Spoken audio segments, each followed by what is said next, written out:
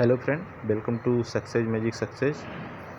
तो आइए स्टार्ट करते हैं। आज का टॉपिक है मध्य प्रदेश की भौगोलिक स्थिति के बारे में, नदियों के बारे में, मिट्टियों के बारे में और पर्वतों के बारे में हम इसमें स्टडी करेंगे। तो सबसे पहले आगे देख लेते हैं मध्य प्रदेश की भौगोलिक स्वरूप कैसा है। तो मध्य प्रदेश का भौगोलिक जो स्थिति है वो 21/6 उत्तरी अक्षांश से 26-30 उत्तरी अक्षांश तक तथा 74°9 पूर्वी देशांतर से 82-48 पूर्वी देशांतर के मध्य में स्थित है तथा प्रदेश का जो मध्य प्रदेश कुल क्षेत्रफल वो 308,244 वर्ग किलोमीटर है, जो कि भारत के कुल क्षेत्रफल का 9.38% है। इसका जो पूर्व से पश्चिम की ओर विस्तार है वो 870 किलोमीटर तथा उत्तर से जो दक्षिण विस्तार है, कह सकते हैं चौड़ाई, उसकी 605 किलोमीटर है। इसकी जो उत्तरी सीमा है वो चंबल नदी के द्वारा बनाई जाती है तथा दक्षिणी सीमा जो है वो ताप्ती नदी के द्वारा बनाई है, जो मुल्ताई से निकलती है। नेक्स्ट देख लेते हैं, इसकी सीमाएं 5 राज्यों के साथ साझा होती हैं: गुजरात, राजस्थान, उत्तर प्रदेश, छत्तीसगढ़ और महाराष्ट्र। इसके अलावा मैकाल, कैमूर की श्रेणियाँ भी इनकी सीमाओं को निर्धारित करती हैं तथा नर्मदा को मध्य प्रदेश की जीवन रेखा कहा जाता है, लाइफ लाइन, और कर्क रेखा मध्य प्रदेश के 14 जिलों से होकर गुजरती है। तो आइए इसी कड़ी में कुछ आगे नेक्स्ट देख लेते हैं। उन 5 राज्यों के बारे में जान लेते हैं जो हमारे सीमावर्ती राज्य हैं और उनके कौन कौन से ज़िले संबंधित हैं, जुड़े हुए हैं। जैसा कि आपको पता है, उत्तर प्रदेश के साथ सर्वाधिक सीमा साझा करता है हमारा मध्य प्रदेश। तो उनमें जो ज़िले आते हैं वो हैं सिगरौली, सागर, गुना, दतिया, शिवपुरी, सीधी, रीवा, सतना, पन्ना, छतरपुर, भिंड, ये सभी हमारे ज़िले उत्तर प्रदेश के साथ सीमा साझा करते हैं, जिनमें कुल मिला के 11 ज़िले सम्मिलित हैं। दूसरा हमारा राज्य जिसके साथ सीमा साझा करते हैं वो है राजस्थान। राजस्थान के साथ मुरैना, शिवपुरी, गुना, राजगढ़, शाजापुर, नीमच, मंदसौर, रतलाम, झाबुआ, श्योपुर, ये 10 ज़िले जो हैं राजस्थान के साथ सीमा साझा करते हैं। तथा महाराष्ट्र के साथ हमारी सीमा साझा करने वाले ज़िले कौन कौन से हैं तो वो देख लेते हैं: खरगोन, बड़वानी, बैतूल, खंडवा, छिंदवाड़ा, सिवनी, बालाघाट। इसमें से खंडवा जो है हमारा वो गांजा उत्पादक राज्य ज़िले में भी आ जाता है। तो नेक्स्ट देखते हैं छत्तीसगढ़। छत्तीसगढ़ के साथ कौन कौन से ज़िले हमारे सीमा साझा करते हैं तो वो हैं सीधी, शहडोल, बालाघाट, मंडला, डिंडोरी। और गुजरात के साथ सर्वाधिक कम मात्रा में सीमा साझा होती है, बड़ोदरा की जो एक तहसील है उसे साझा करते हैं झाबुआ और अलीराजपुर। झाबुआ से अलीराजपुर अभी हाल ही में अलग हुआ था, कुछ साल पहले ही, जो कि पहले झाबुआ में ही आता था। झाबुआ में ही हमारा आदिवासी जो रेडियो स्टेशन वो स्थित है। तो आइए नेक्स्ट देख लेते हैं, पर्वतों और चट्टानों के बारे में जान लेते हैं कि मध्य प्रदेश में कौन कौन चट्टानें हैं, पर्वत हैं, वो किन किन संघ से संबंधित हैं। जैसे कि आद्य महाकाल में बुंदेलखंड का गुलाबी ग्रेनाइट जो है वो आद्य महाकाल का कहलाता है। उसके जीवाश्म मिले उसमें। यह पृथ्वी की प्रथम कठोर चट्टान जिनमें जीवाश्म के अवशेष नहीं मिले हैं से निर्माण हुआ है। दूसरा हमारा है धारवाड़ समूह। धारवाड़ समूह बालाघाट, छिंदवाड़ा के आसपास के क्षेत्रों में पाया जाता है और ग्वालियर के आसपास के क्षेत्रों में पाया जाता है, जैसे पुराना संघ भी कहते हैं। कैमूर का नाम आपने सुना होगा, वह भी पुराने संघ में आता है। धारवाड़ समूह में हमारे जो आते हैं, इनका निर्माण कैसे हुआ है तो देख लेते हैं। इनका निर्माण आद्य महाकाल और अपरदन से निकलने पद फाइलाइट सिस्ट तथा आज से हुआ है, जबकि जो पुराना संघ है उसका निर्माण विंध्य शैल समूह से हुआ है। तो नेक्स्ट देखते हैं आर्य समूह। सतपुड़ा एवं बघेलखंड में विस्तृत कोयला घाटी जो है आर्य समूह के नाम से जानी जाती हैं।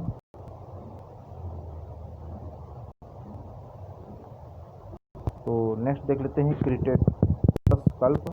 यह बाघ लमेटा मालवा पठार के ज्वालामुखी संस्तार हैं। ज्वालामुखी से निकले हुए पर्वतों से इनका निर्माण हुआ है, लावा से। तो ये हो गए कुछ हमारे पर्वतों के बारे में, इनके बारे में कुछ और डिटेल से जान लेते हैं।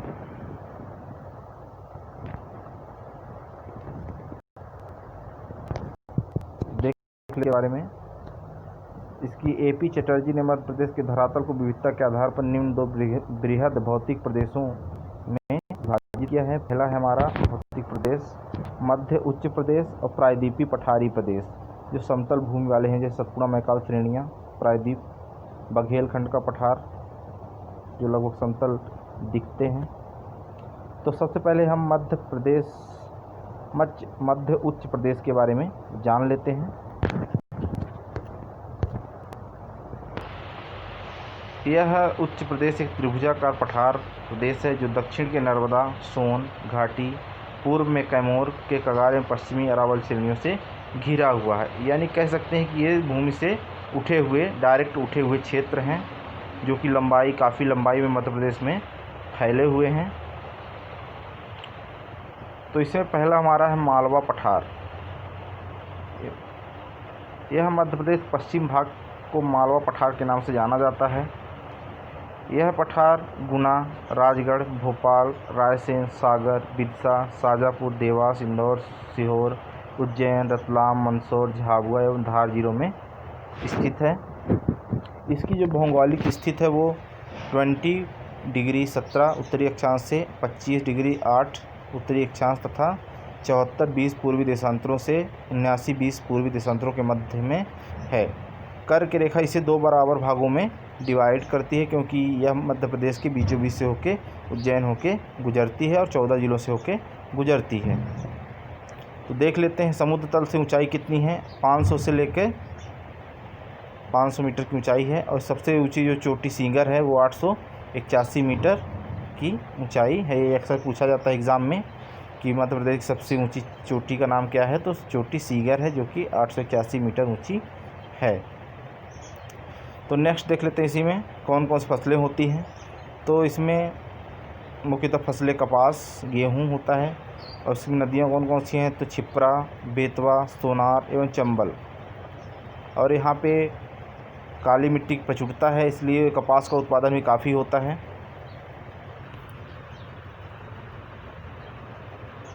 इनके प्रमुख क्षेत्र कौन कौन से हैं, तो इंदौर, भोपाल, उज्जैन, सागर, रतलाम, देवास, विदिशा, धार। उज्जैन में महाकालेश्वर मंदिर है, देवास में प्रिंटिंग प्रेस है। नेक्स्ट देख लेते हैं मध्य भारत का पठार। मध्य भारत का पठार मालवा पूर्वोत्तर में स्थित है, जो ऊपरी भाग है मध्य प्रदेश का वहाँ स्थित है, और इसकी स्थिति 24 डिग्री उत्तरी अक्षांश से 26 डिग्री 48 उत्तरी अक्षांश तक और 75-80 पूर्वी देशांतर से 79-10 पूर्वी देशांतर के मध्य में स्थित है। यहाँ लगभग दोमट मिट्टी पाई जाती है, और यह जो क्षेत्र है भिंड, मुरैना, ग्वालियर, शिवपुरी, गुना और मंदसौर जिले इसमें अंतर्गत आते हैं। कि प्रमुख नदियाँ जो है चंबल, काली सिंध, पार्वती आदि हैं। मंदसौर एकमात्र अफीम उत्पादक जिला है मध्य प्रदेश का। तो आइए देखते हैं नेक्स्ट। तीसरा हमारा है बुंदेलखंड का पठार। तो बुंदेलखंड का पठार मध्य उच्च भूमि के भाग को कहते हैं। इस प्रदेश में छतरपुर, पन्ना, टीकमगढ़, दतिया, रीवा एवं गुना जिलों के कुछ भाग आते हैं। यह जो चट्टान निर्मित हुई है 19 नामक चट्टानों से अपक्षय से निर्मित हुआ है। इसकी भौगोलिक स्थिति 24-6 उत्तरी अक्षांश से 26-22 उत्तरी अक्षांश के मध्य में स्थित है, तथा यहाँ काली और लाल मिट्टी मिश्रित रूप से बलुई मिट्टी, दोमट मिट्टी पाई जाती है। यह उष्णकटिबंधीय शुष्क पतझड़ वनों के सागौन, आपने देखा होगा रीवा, सीधी, सतना में सबसे अधिक सौन, सागौन, तेंदू, खैर, नीम आदि के पौधे पाए जाते हैं। और जो तेंदू पत्ता होता है वह बीड़ी उत्पादन में यूज किया जाता है, जो सीधी जिले में सर्वाधिक पाया जाता है, सीधी, शहडोल इधर। तो नेक्स्ट देख लेते हैं विंध्यायन कागारी प्रदेश। यह प्रदेश मालवा पठार के उत्तर पूर्व में फैला हुआ है। इसे रीवा पन्ना का पठार भी कहते हैं क्योंकि यहाँ पे हीरे का उत्पादन भी होता है पन्ना के पठार में। इसकी भौगोलिक स्थिति 23.10 उत्तरी अक्षांश से 25.12 उत्तरी अक्षांश और 78.4 पूर्वी देशांतर से 82.18 पूर्वी देशांतर के मध्य विस्तृत रूप से फैला हुआ है। इसकी ऊंचाई 300 से 450 मीटर तक है। यह बलुई लाल पीली मिट्टी पाई जाती है और कहीं कहीं पे काली मिट्टी भी पाई जाती है। इसकी औसत वर्षा जो है उससे 25 सेंटीमीटर होती है। गेहूँ इस क्षेत्र में सर्वाधिक उत्पादित किया जाता है। तो आइए इसका दूसरा भाग देख लेते हैं। और इसमें चावल की भी खेती होती है। जैसा कि आपको पता है मध्य प्रदेश का एकमात्र हीरा उत्पादक जो ज़िला है वो पन्ना है। अभी हाल ही में लॉकडाउन के समय वहाँ पे 3 हीरे पाए गए थे जिसे किसानों को दिया गया और उनको नीलामी के लिए रखा गया है। नेक्स्ट हमारी श्रेणी है विंध्यायन श्रेणी। विंध्याचल श्रेणी पश्चिमी मध्य प्रदेश से लेकर पूर्व में बिहार तक फैली हुई। इसे पश्चिमी से पूर्व की ओर क्रमशः विंध्याचल, भंडारे एवं कैमूर श्रेणी के नाम से जाना जाता है। इसमें लगभग इसकी जो अधिकतम ऊंचाई वो 500 मीटर के आसपास है। नेक्स्ट हमारा है नर्मदा सोन घाटी। मध्य प्रदेश के पूर्वी से पश्चिमी भाग में सोन की सकरी घाटियों के मध्य का भाग नर्मदा सोन घाटी कहलाता है। यह 22.30 उत्तरी अक्षांश से 23.45 डिग्री उत्तरी अक्षांश से लेकर 74 पूर्वी देशांतर से 81-30 पूर्वी देशांतर के मध्य में स्थित है। यहाँ सदाबहार वन पाए जाते हैं। इसमें सतपुड़ा श्रेणी सम्मिलित है। यहाँ पे गेहूँ, ज्वार, चावल, बाजरा आदि फसलें उगाई जाती हैं। संगमरमर पत्थर आपने देखा है जबलपुर में पाया जाता है। यह जबलपुर, होशंगाबाद, नरसिंहपुर, रायसेन आदि जिले इसमें सम्मिलित हैं। तो आइए नेक्स्ट देखते हैं। दूसरा है हमारा प्रायद्वीपीय पठार। तो इसमें हम सतपुड़ा, मैकाल श्रेणियाँ और बघेलखंड का पठार सम्मिलित हैं। तो सतपुड़ा श्रेणी के बारे में जान लेते हैं। सतपुड़ा श्रेणी दक्षिणी मध्य प्रदेश के पश्चिमी सीमा के पूर्व में स्थित है। इसका भौगोलिक विस्तार 21 डिग्री उत्तरी अक्षांश से 23 डिग्री उत्तरी अक्षांश तथा 74-30 पूर्वी देशांतर से 81 पूर्वी देशांतर के मध्य में स्थित है। और इसकी अधिकतम ऊंचाई जो धूपगढ़ है पचमढ़ी के पास ही है, 1350 मीटर इसकी हाइट है। यहाँ पे वनों के उपज को एकत्रित करना तथा खनन उद्योग इसमें मुख्य, जैसे कि बालाघाट में खनिज उत्पादन में जो बॉक्साइट है, तांबा है आदि का खनन किया जाता है। इसमें जो ज़िले हैं संबंधित छिंदवाड़ा, बुरहानपुर, खंडवा, सिवनी, बैतूल, मंडला, बालाघाट, खरगोन, बड़वानी और झाबुआ जिले इसमें प्रमुख है। नेक्स्ट हमारा है बघेलखंड का पठार। यह पूर्वी भाग में सोन नदी से पूर्व दक्षिण क्षेत्र का बघेलखंड का पठार कहलाता है। इसका विस्तार 23-40 डिग्री उत्तरी अक्षांश से 24-30 उत्तरी अक्षांश और 80-05 पूर्वी देशांतर के मध्य में स्थित है।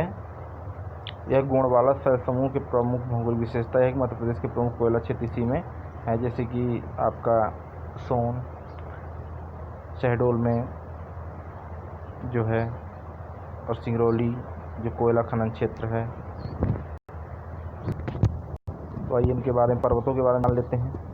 तो एक हमारा है विंध्याचल पर्वत। यह नर्मदा के उत्तर पूर्व में पश्चिम के विस्तृत निर्माण हिमालय से बना। इसकी ऊंचाई 457 मीटर से लेकर 810 मीटर तक है, परंतु इसकी सबसे ऊंची चोटी अमरकंटक है। दूसरा हमारा है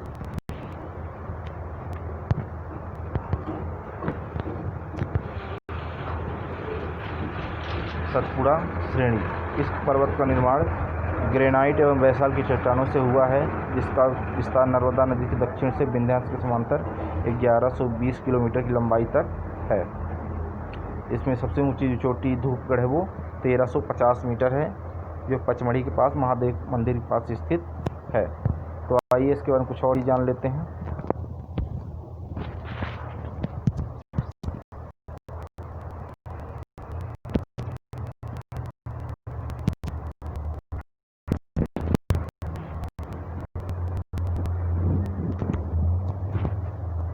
कौन कौन से क्षेत्रों में कौन सी मिट्टी पाई जाती है। तो बघेलखंड के पठार में काली, लाल, बलुई, दोमट मिट्टी पाई जाती है, जो कि सोन, जोहिला, गोपद और बनास नदियों से मिलकर बनी होती है। और ये सीधी जो क्षेत्र है हमारा, वहाँ पे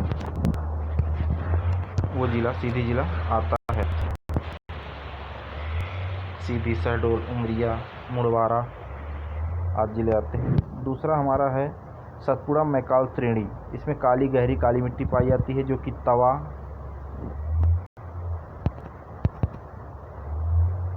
तवा, बेतवा और जोहिला नदियों से मिलकर बनाई जाती है। यह खंडवा, खरगोन, बड़वानी, बैतूल, बालाघाट, छिंदवाड़ा, सिवनी, नर्मदा, ताप्ती आदि शहर सक्कर आदि में पाई जाती है। अगला हमारा है नर्मदा सोन घाटी। नर्मदा सोन घाटी में काली गहरी काली मिट्टी पाई जाती है जो नर्मदा सोन नदियों से मिलकर बनी होती है और ये शहडोल, नरसिंहपुर, खरगोन आदि जिलों में उपस्थित है। नेक्स्ट हमारी विंध्यन कगारी प्रदेश, रीवा पन्ना का पठार। इसमें लाल काली, लाल पीली मिट्टी पाई जाती है जो टोन्स, केन और सोन नदियों से मिलकर बनी होती है जो रीवा, सतना, पन्ना आदि जिलों में पाई जाती है। तो नेक्स्ट हमारी है बुंदेलखंड का पठार जो कि काली मिट्टी, लाल मिट्टी, बलुई दोमट मिट्टी से मिला है। इसमें दतिया, भिंड आदि जिले सम्मिलित हैं। मध्य भारत का पठार जो है जलोढ़ काली मिट्टी पाई, चंबल, सिंध, पार्वती नदियों के द्वारा बनाई जाती है। यह भिंड, मुरैना, नीमच जिलों में पाई जाती है। नेक्स्ट है हमारा मालवा पठार। इसमें गहरी काली रंग की मिट्टी पाई जाती है जो कि माही, चंबल, काली, सिंध, पार्वती और बेतवा नदियों के द्वारा बनती है। भोपाल, धार, गुना, रतलाम, झाबुआ, राजगढ़, उज्जैन, इंदौर, देवास, सीहोर, विदिशा, रायसेन जिले सम्मिलित हैं। तो आइए इनके बारे में थोड़ा डिटेल में डालते हैं, काली मिट्टी कहाँ कहाँ पाई जाती है स्पेशली। तो काली मिट्टी मध्य प्रदेश के मालवा, पठार, सतपुड़ा के कुछ भाग तथा नर्मदा घाटी में मिलती है, जिसे मंदसौर, रतलाम, झाबुआ, खंडवा, खरगोन, देवास, सीहोर, उज्जैन, शाजापुर, राजगढ़, जबलपुर, नरसिंहपुर, बैतूल, छिंदवाड़ा, गुना, सिवनी, सीधी आदि जिलों में फैली हुई है और 47% भाग में पाई जाती है। कहीं पे गहरी, कहीं पे छिछली काली मिट्टी पाई जाती है। दूसरी हमारी है फर्स्ट है गहरी काली मिट्टी। यह मिट्टी मध्य प्रदेश नर्मदा घाटी, मालवा एवं सतपुड़ा पठार में विस्तृत रूप से पाई है, जहाँ पर अधिकतर कपास की खेती होती है और चिकनी मिट्टी होती है। ये दूसरी छिछली काली मिट्टी। यह मिट्टी मुख्य रूप से छिंदवाड़ा, सिवनी, बैतूल जिलों में पाई जाती है और इसमें 75 लाख एकड़ है जो राज्य का 7.5% है। यहाँ गेहूँ चावल की कृषि के लिए बहुत ही उपयोगी होती है। अगली हमारी मिट्टी है लाल मिट्टी। लाल पीली मिट्टी का निर्माण आर्किड, धारवाड़ और गुणवान चट्टानों के ऋतुक्षरण से हुआ है। यह मिट्टी आयरन ऑक्साइड से जलाशय के कारण होती है, बहुत हल्की बलुई मिट्टी है। नेक्स्ट हमारी जलोढ़ मिट्टी।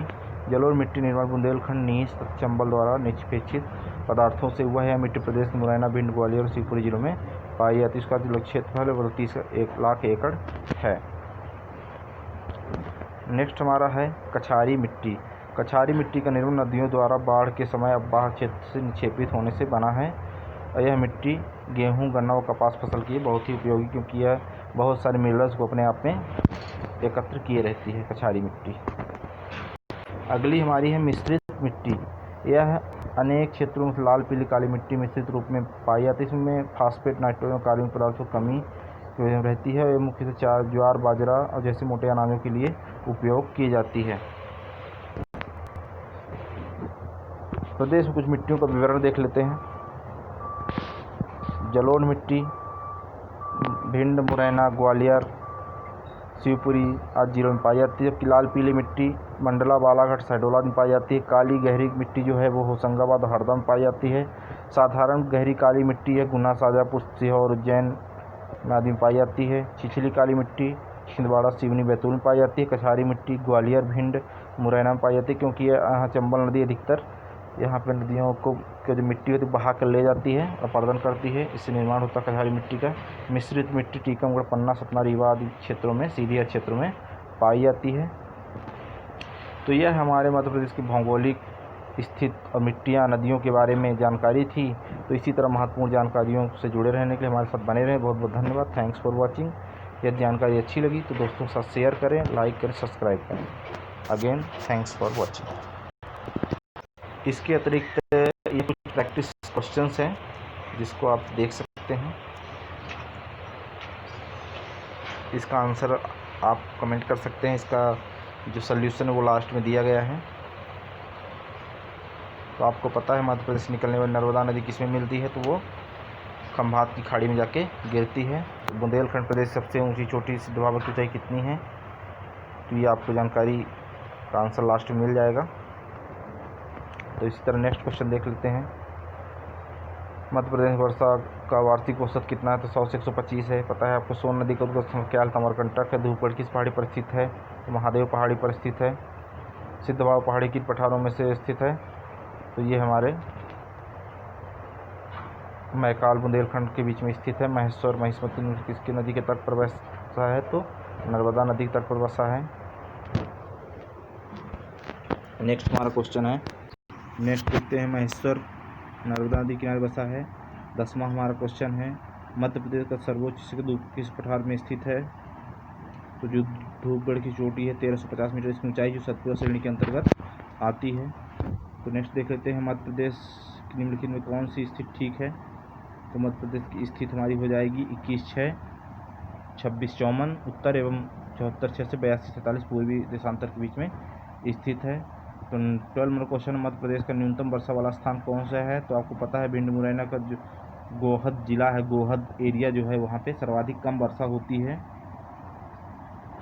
और यह 112 सेंटीमीटर करीबन औसत वर्षा होती है। तो इसमें मुरैना हो जाएगा इसका आंसर। तो नेक्स्ट देखते हैं, मध्य प्रदेश की सर्वाधिक ऊंची चोटी धूपगढ़ निम्नलिखित किस प्रदेश में स्थित है? जो एरिया है वहाँ कहाँ मध्य प्रदेश के कौन से क्षेत्र में स्थित है? तो ये हमारा हो जाएगा सतपुड़ा मैकाल श्रेणी में स्थित है। तो नेक्स्ट क्वेश्चन देखते हैं, कार्बन का उत्सर्जन मामले में मध्य प्रदेश का कौन सा शहर प्रथम स्थान पर है? तो पता है आपको, जो सर्वाधिक औद्योगिक क्षेत्र होते हैं वहीं पे कार्बन का उत्सर्जन सर्वाधिक होता है। तो जो ये हमारा आंसर हो जाएगा इसका इंदौर हो जाएगा। तो नेक्स्ट देखते हैं, देश का क्षेत्रफल की दृष्टि से सर्वाधिक बड़ा राज्य कौन सा है? तो देश का जो सर्वाधिक क्षेत्रफल की दृष्टि से है वो राजस्थान जिला है ना। नेक्स्ट है हमारा 16 नंबर क्वेश्चन, मध्य प्रदेश में कौन सी अक्षांश देशांतर गुजरती है? तो वो हमारा हो जाएगा कर्क रेखा, जो कि 14 जिलों से होकर गुजरती है। नेक्स्ट है, पन्ना की प्रसिद्ध हीरे की खदानें निम्नलिखित किस चट्टान क्षेत्र से स्थित हैं? तो इसका हमारा आंसर हो जाएगा कडप्पा शैल समूह में। नेक्स्ट देखते हैं, गोंडवाना कल्प के प्रथम शैल समूह निम्नलिखित में किस नाम से जाने जाते हैं? तो यह तालचीर के नाम से जाने जाते हैं। नेक्स्ट है, बुरहानपुर दर्रा राज्य के किस जिले में स्थित है? तो इसका हमारा आंसर हो जाएगा खंडवा जिले में बुरहानपुर दर्रा स्थित है। नेक्स्ट है, मध्य प्रदेश का कौन सा नगर कर्क रेखा के उत्तर में है? यानी कर्क रेखा जहाँ से उत्तरी क्षेत्र में कौन सा है? तो हमारा रीवा उत्तरी क्षेत्र में बसा हुआ है। नेक्स्ट है, मध्य प्रदेश का क्षेत्रफल कितना है? तो आपको पता है 308,244 किलोमीटर, लेकिन यहाँ 45 दिया है तो अपन इसी में टिक कर देंगे, वर्ग किलोमीटर, बी नंबर ऑप्शन। नेक्स्ट है, मध्य प्रदेश में कर्क रेखा निम्नलिखित किस नदी के लगभग समांतर गुजरती? तो आपको पता है कर्क रेखा मध्य प्रदेश के नर्मदा नदी के समांतर गुजरती है। तो नेक्स्ट क्वेश्चन देख लेते हैं, निम्नलिखित जिला समूह में कौन सा समूह निम्न वर्षा वाले क्षेत्र के अंतर्गत आता है? जैसे धार, मुरैना, ये ग्वालियर, भिंड, ये सब क्या हैं? कम वर्षा वाले जिलों में आते हैं। तो इसका हमारा आंसर हो जाएगा बी नंबर, भिंड, मुरैना और ग्वालियर। इसमें हमारा नीमच भी शामिल है, लेकिन नीमच में दिया नहीं, सटीक आंसर हमारा बी हो जाएगा। नेक्स्ट है, अविभाजित मध्य प्रदेश की सीमा कितने राज्यों को स्पर्श करती थी? तो अविभाजित मध्य प्रदेश की सीमा जब तक 2000 से पहले 7 राज्यों को स्पर्श करती थी। उसमें हमारा राजस्थान, उत्तर प्रदेश, बिहार, उड़ीसा, आंध्र प्रदेश तथा महाराष्ट्र को स्पर्श करते थे, और विभाजन के बाद अब सिर्फ 5 राज्यों को स्पर्श करती है। तो नेक्स्ट देख लेते हैं, क्वेश्चन नंबर 24, नर्मदा घाटी किन पर्वत श्रृंखलाओं के मध्य में स्थित है? तो नर्मदा घाटी हमारी विंध्याचल एवं सतपुड़ा पर्वत श्रेणियों के मध्य में स्थित है। नेक्स्ट क्वेश्चन है, भौतिक बनावट की दृष्टि से वर्तमान मध्य प्रदेश कितने भागों में बांटा गया है? तो इसको 7 भागों में बांटा गया है। नेक्स्ट क्वेश्चन है, रीवा एवं नीमच में सूर्योदय संबंधी कौन सा कथन सत्य है? तो ये रीवा में सूर्योदय 1-1.5 घंटे पहले होगा, क्योंकि रीवा पूर्वी क्षेत्र में है और ये थोड़ा सा नीमच डाउन एरिया में है, क्योंकि इसका मानक समय है वो इलाहाबाद से निर्धारित किया जाता है। इलाहाबाद रीवा से पास में है और नीमच जो है काफ़ी पश्चिम में पड़ जाता है और दूर है, इसलिए आधे घंटे का फ़र्क हो जाता है सूर्योदय और सूर्यास्त में। तो नेक्स्ट क्वेश्चन देखते हैं, मध्य प्रदेश का क्षेत्रफल में सबसे छोटा जिला कौन सा है? तो वो हमारा दतिया हो जाएगा, और सबसे बड़ा कौन सा हो जाएगा? छिंदवाड़ा हो जाएगा। तो नेक्स्ट देखते हैं 29 नंबर क्वेश्चन, मध्य प्रदेश के गुणवाना युक्त कीटाणु किस क्षेत्र में मिलते हैं? तो ये हमारा आंसर हो जाएगा सतपुड़ा और बघेलखंड दोनों में पाए जाते हैं। नेक्स्ट हमारा 13 क्वेश्चन है, महादेव पहाड़ियाँ किस राज्य में स्थित हैं? तो अभी आपको बताया ही गया है, महादेव पहाड़ियाँ हमारे मध्य प्रदेश राज्य में स्थित हैं। तो ये सर इस तरह के कुछ 30 मोस्ट इम्पोर्टेंट क्वेश्चन थे जो कि एग्जाम व्यू से मोस्ट इम्पोर्टेंट है, इन्हें आप नोट कर लें, स्क्रीनशॉट ले लें। तो बहुत बहुत धन्यवाद, अगेन आपका बहुत बहुत धन्यवाद।